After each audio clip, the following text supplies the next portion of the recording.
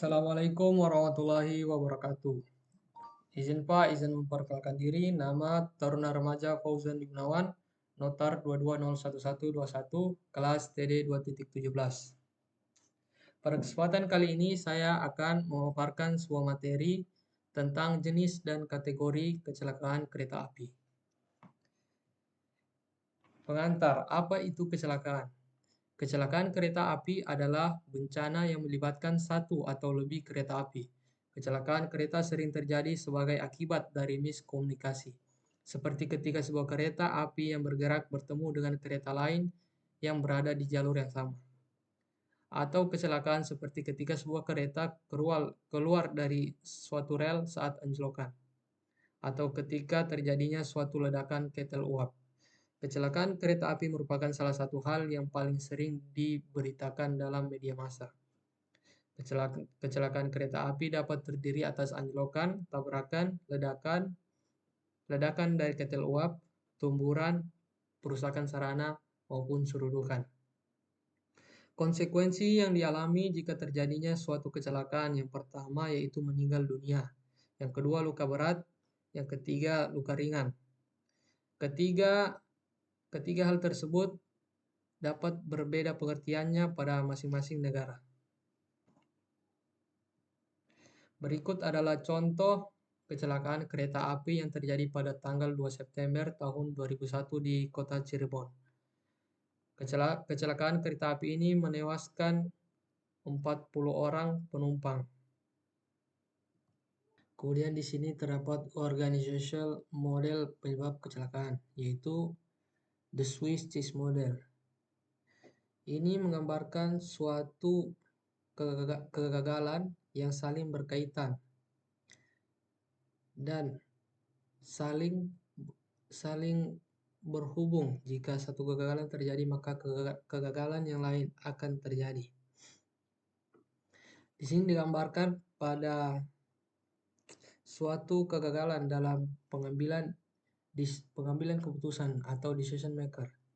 Jika pengambilan keputusan gagal, maka berlanjut kepada line manajemen.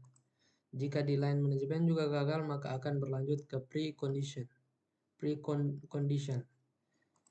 Jika masih gagal, berlanjut kepada product activities. Kemudian yang terakhir, jika defenses juga gagal atau penanggulangan kecelakaan juga gagal dalam menanggulangi, maka akan terjadi active failure. Berikutnya adalah kategori kecelakaan. Yang pertama yaitu aksiden. Orang atau penumpang pelanggar, pegawai, kontraktor, masyarakat yang meninggal akibat tumburan, jatuh dari KA, ditabrak KA, bunuh diri, tersengat, dan lain-lain. Ini termasuk ke dalam suatu aksiden. Kemudian orang luka berat akibat seperti butir satu. Kemudian tumburan antara kereta api dan kereta api dengan kendaraan yang berada di rel. Yang keempat yaitu kereta api anjlok, kereta api penumpang maupun kereta api barang. Yang terakhir yaitu kecelakaan di perlintasan sebidang. Kemudian ada insiden. Yang pertama, anjlokan sarana bukan kategori A, seperti ini.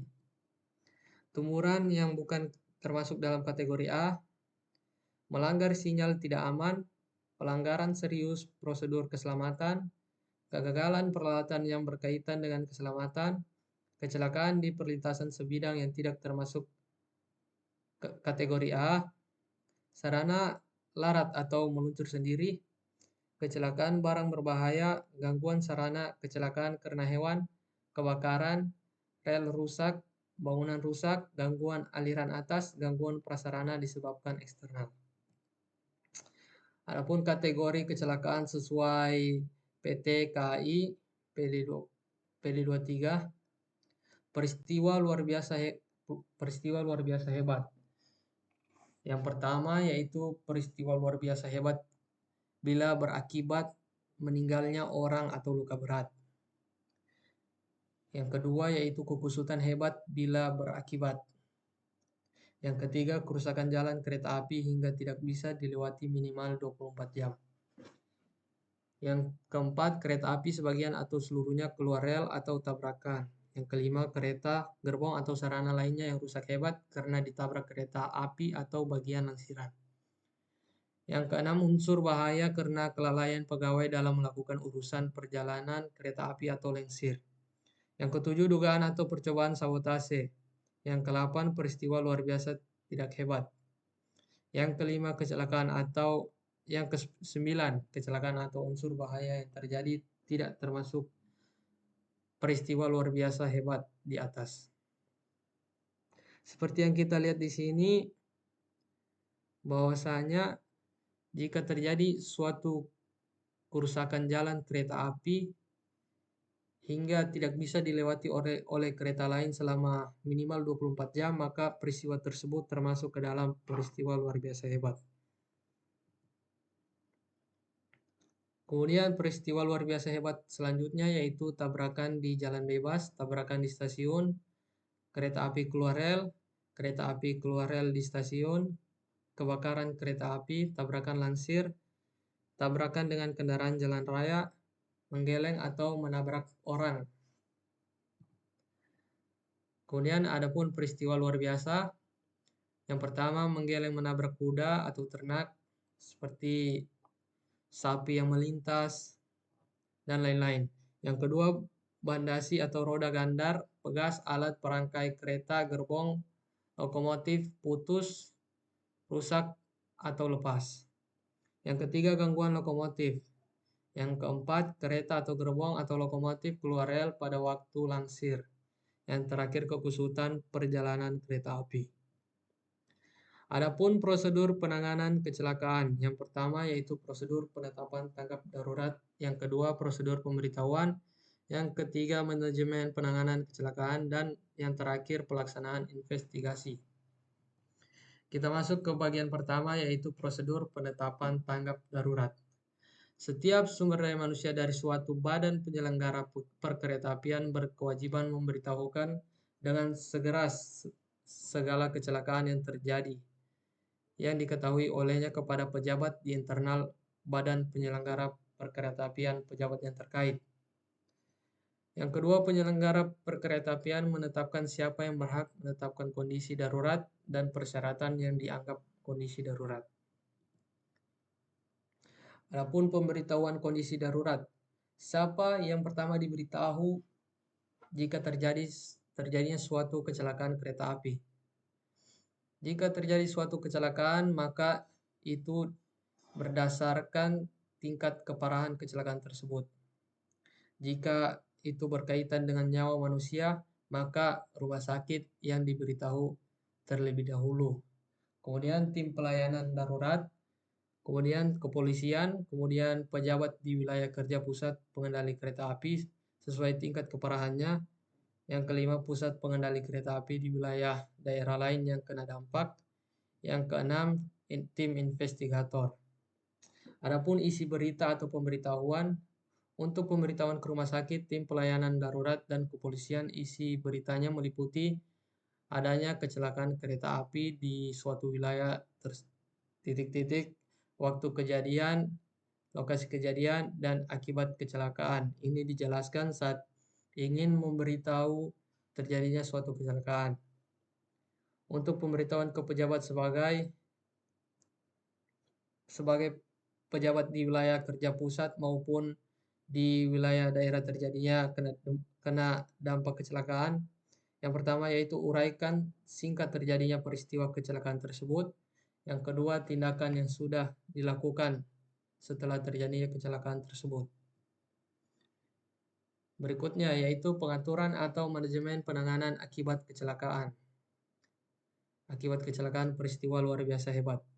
Menurut Undang-Undang Nomor 23 Tahun 2007 Pasal 125. Dalam hal terjadinya kecelakaan kereta api, pihak penyelenggara perkeretaapian harus melakukan hal-hal sebagai berikut. Yang pertama yaitu mengambil tindakan untuk kelancaran dan keselamatan lalu lintas. Yang kedua yaitu menangani korban kecelakaan. Yang ketiga yaitu memindahkan penumpang, bagasi, dan barang antara ke kereta api lain atau moda transportasi yang dapat digunakan untuk meneruskan perjalanan sampai stasiun tujuan. Yang keempat yaitu melaporkan kecelakaan kepada menteri, pemerintah provinsi maupun pemerintah kabupaten kota. Yang kelima yaitu mengumumkan kecelakaan kepada pengguna jasa dan masyarakat.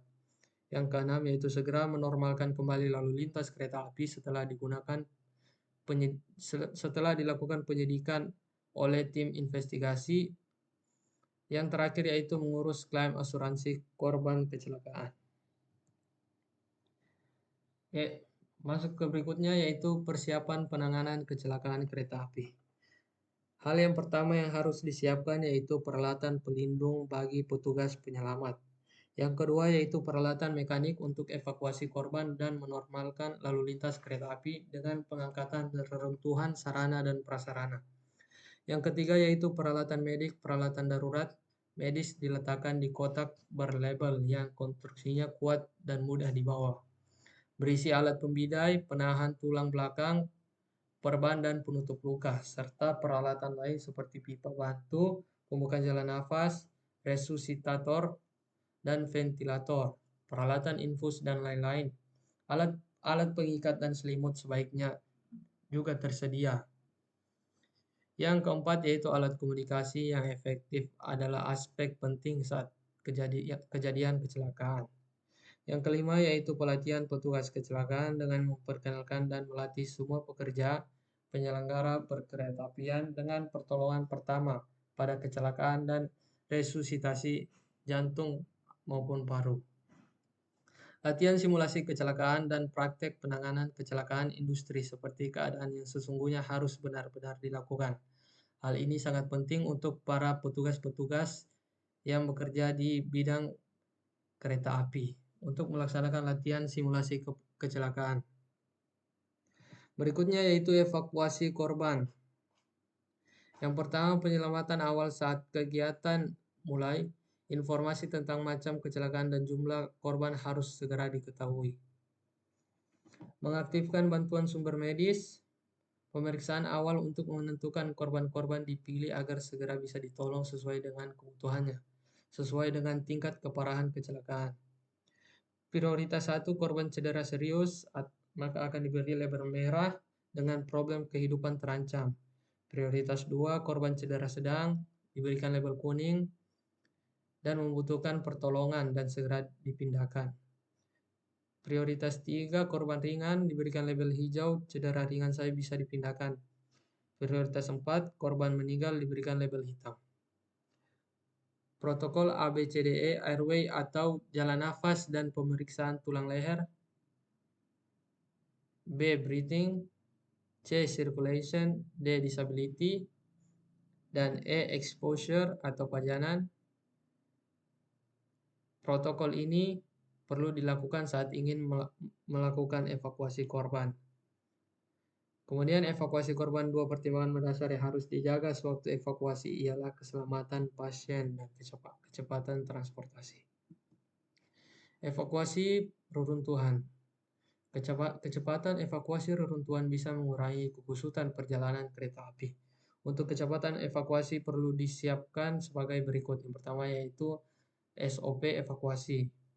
Yang kedua, penyiapan peralatan evakuasi. Yang terakhir yaitu penyiapan sumber daya manusia yang punya kompetensi dalam evakuasi reruntuhan. Berikutnya itu peningkatan keselamatan perkeretaapian. Hal yang perlu ditingkatkan guna menjaga keselamatan pengguna jasa yaitu penyusunan regulasi keselamatan perkeretaapian. Yang kedua yaitu peningkatan kelaikan prasarana perkeretaapian. Yang ketiga yaitu peningkatan kelayakan sarana. Yang keempat yaitu peningkatan kompetensi sumber daya manusia yang bekerja di bidang perkeretaapian. Yang terakhir yaitu manajemen keselamatan perkeretaapian harus dibuat dengan baik. Berikut adalah hubungan antara stakeholder dalam rangka peningkatan keselamatan. Seperti yang kita lihat, pemerintah, masyarakat, dan penyelenggara perkeretaapian saling berkaitan. Kita lihat pada bagian pemerintah atau regulator sebagai penyusun regulasi, pengujian dan sertifikasi, penegakan hukum, pemeriksaan dan analisis kecelakaan KA, dan sosialisasi. Adapun masyarakat memiliki peran yaitu kepedulian terhadap keselamatan, menjaga ketertiban, keselamatan, dan keamanan. Sedangkan untuk penyelenggara perkeretaapian atau operator memiliki peran yaitu pemenuhan standar layak operasi dan pelayanan. Yang kedua yaitu pemeriksaan dan perawatan. Yang terakhir yaitu tanggung jawab kepada publik dan pemerintah saat terjadi kecelakaan. Di sini bisa kita lihat SOP kejadian kecelakaan KA. Kemudian di sini bisa dilihat dengan sendiri hubungan antara stakeholder pada saat kejadian kecelakaan. Yang pertama kecelakaan tanpa korban jiwa dan rintangan jalan kurang dari 6 jam. Kemudian kecelakaan dengan korban jiwa dan rintang jalan lebih dari 6 jam. Berikutnya yaitu dasar kegiatan pemeriksaan dan analisis kecelakaan. Berdasarkan PP nomor 56 tahun 2009 bahwa pengawasan pemerintah terhadap penyelenggaraan perkeretaapian khususnya bidang keselamatan, pemeriksaan dan analisis kecelakaan bertujuan untuk menemukan informasi atau data fakta atas suatu peristiwa kejadian kecelakaan yang berupa penyebab dan akibat kecelakaan sebagai bahan analisis. Yang pertama yaitu pelaksanaan tugas pengawasan pemerintah berupa tindakan korektif dan penerapan sanksi administrasi terhadap penyelenggara perkeretaapian. Yang kedua yaitu penyusun kebijakan keselamatan perkeretaapian.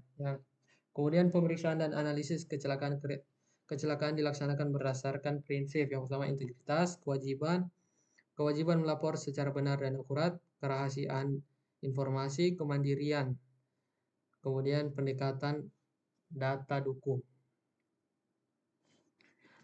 Pemeriksaan dan analisis kecelakaan KA bukan investigasi sebagaimana dilaksanakan oleh KRKT, tetapi dalam rangka pengawasan pemerintah atas penyelenggaraan perkeretaapian dan dilaksanakan terhadap penyelenggara prasarana dan penyelenggara sarana kereta api. Dilaksanakan sesaat setelah terjadinya kecelakaan atas dasar.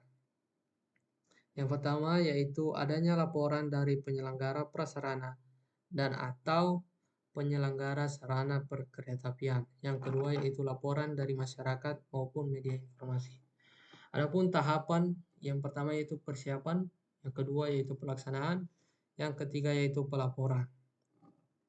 Dalam penyelenggara kereta api nasional, Menteri menugaskan yang pertama Balai Teknik apabila kecelakaan tidak mengakibatkan korban, tidak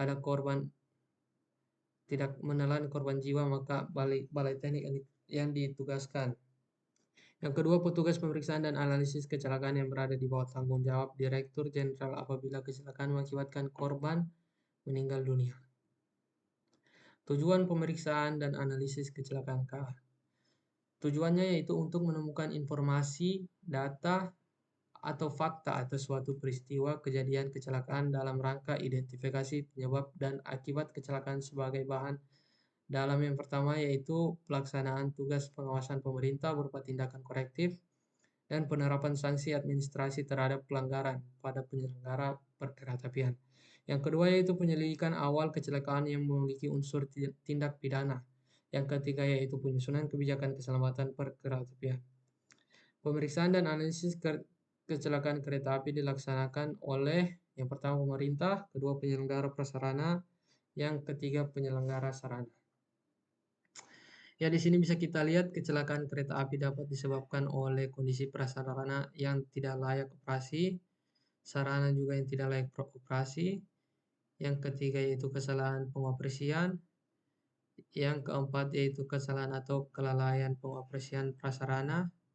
Yang kelima yaitu bencana alam. Keenam kerusuhan sosial, sabotase, pembajakan, tabrakan kereta api, dan faktor lainnya. Kecelakaan dapat mengakibatkan rintang jalan, gangguan operasi, kerusakan sarana, kerusakan prasarana, korban jiwa, dan kerugian harta benda milik masyarakat yang terkena dampak kecelakaan.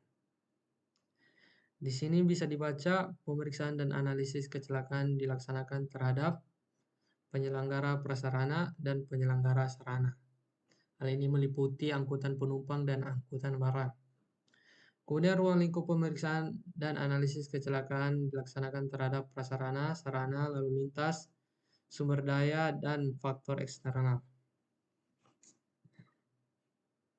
Berikut alur informasi pemeriksaan dan analisis kecelakaan kereta api.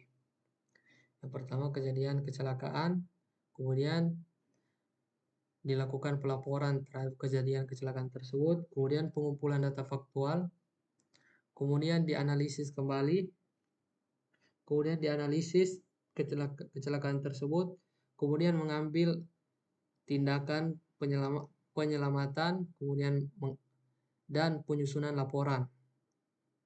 Terakhir yaitu meningkatkan keselamatan sebagai bahan evaluasi kecelakaan.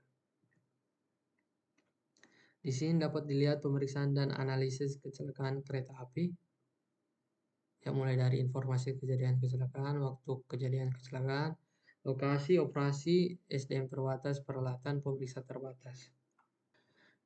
Berikutnya di sini bisa kita lihat data kecelakaan kereta api. Ya.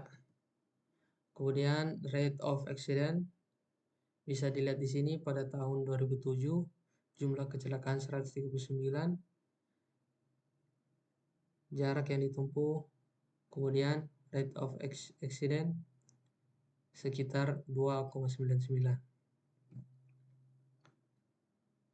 Ya, bisa dilihat di sini.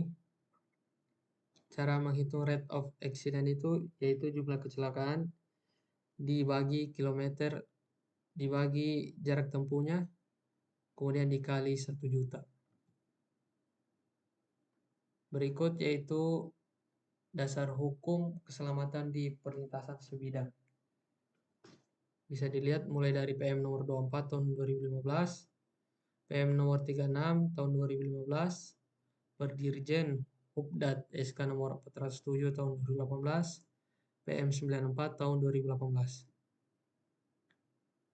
Ya, bisa dilihat di sini data kecelakaan perlintasan sebidang yang terjadi pada tahun 2014 sampai 2018. Ya, inilah contoh kecelakaan perlintasan sebidang.